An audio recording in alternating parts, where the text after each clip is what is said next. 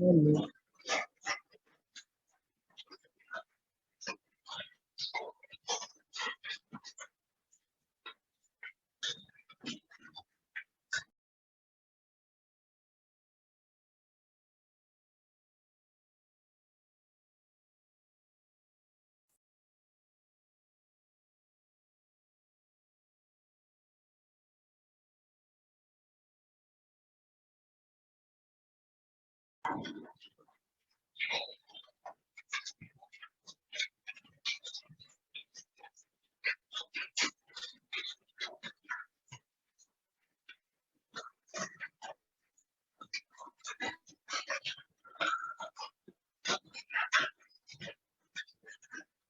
Tes, tes.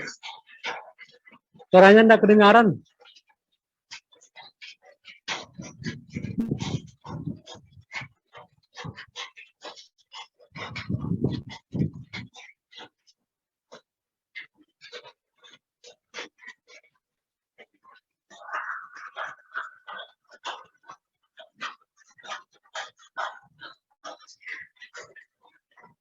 Halo.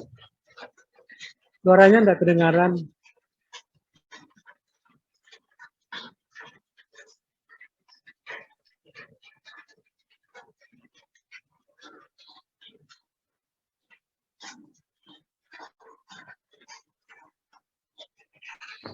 Memang belum dimulai, Bapak. Halo. Baik, izin masuk, Bapak. Memang belum dimulai, Bapak, untuk presentasinya. Kau belum dimulai kah? Iya, Bapak. Aku sudah menunggu nih.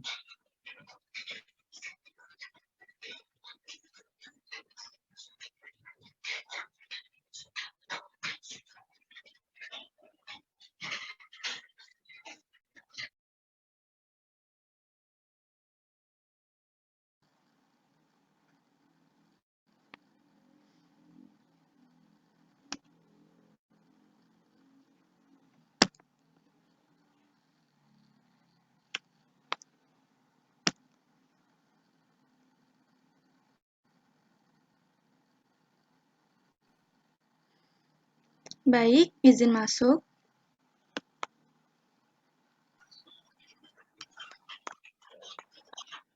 Oke, silakan. Assalamualaikum warahmatullahi wabarakatuh. Selamat pagi. Waalaikumsalam warahmatullahi wabarakatuh. Selamat pagi dan salam sehat bagi kita semua. Semoga pada pagi Sabtu ini masih diberi semangat untuk menjalani kuliah dan menjalani puasa bagi yang muslim. Yang terhormat, Bapak Dr. Andes Ismail AB MKes, selaku dosen pengampu mata kuliah Kesehatan Reproduksi Masyarakat, dan teman semua yang berbahagia. Perkenalkan, saya Citra Rizky Wardani, perwakilan dari kelompok 1 dengan tema aborsi. Slide berikutnya. Perkenalkan 10 anggota dari kelompok aborsi yang telah bekerja sama dalam pembuatan makalah dan PPT hari ini, yaitu ada Nur Hikmah, Andi Zakir, Melisa, Nazwa Safira, Wita Wulandari, Nur Baiti, Afifah Salwa, saya sendiri Citra Rizky Wardani, Indah Rifka Baware, dan Manisa Hemalia Putri. Slide berikutnya. Baik, sebelum lanjut ke pembahasan, teman-teman semua kiranya nggak asing ya dengan kata aborsi, karena kata aborsi ini sudah sangat familiar di telinga kita. Kalau mendengar kata aborsi, tentunya yang terbesit dalam benak kita adalah mengenai stigma negatif. Karena yang kita tahu, aborsi merupakan tindakan penghilangan nyawa secara paksa pada janin yang dikandung. Bisa kita lihat sama-sama di PPT ini. Secara umum, aborsi ini dikenal dengan keguguran atau pengguguran kandungan. Kalau menurut medis, aborsi dikenal dengan tindakan pengeluaran hasil pembuahan atau konsepsi, di mana tindakan tersebut dilakukan pada usia kehamilan 20 minggu atau 5 bulan, yang tidak memiliki harapan untuk hidup di luar kandungannya. Slide berikutnya.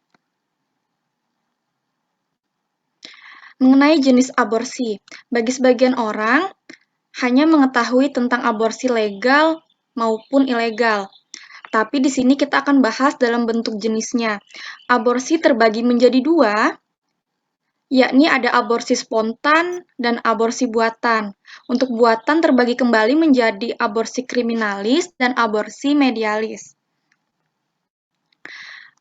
Kalau aborsi spontan ini adalah pengguguran secara alami tanpa adanya upaya atau keinginan untuk mengakhiri kehamilan, yaitu seperti contohnya keguguran pada ibu.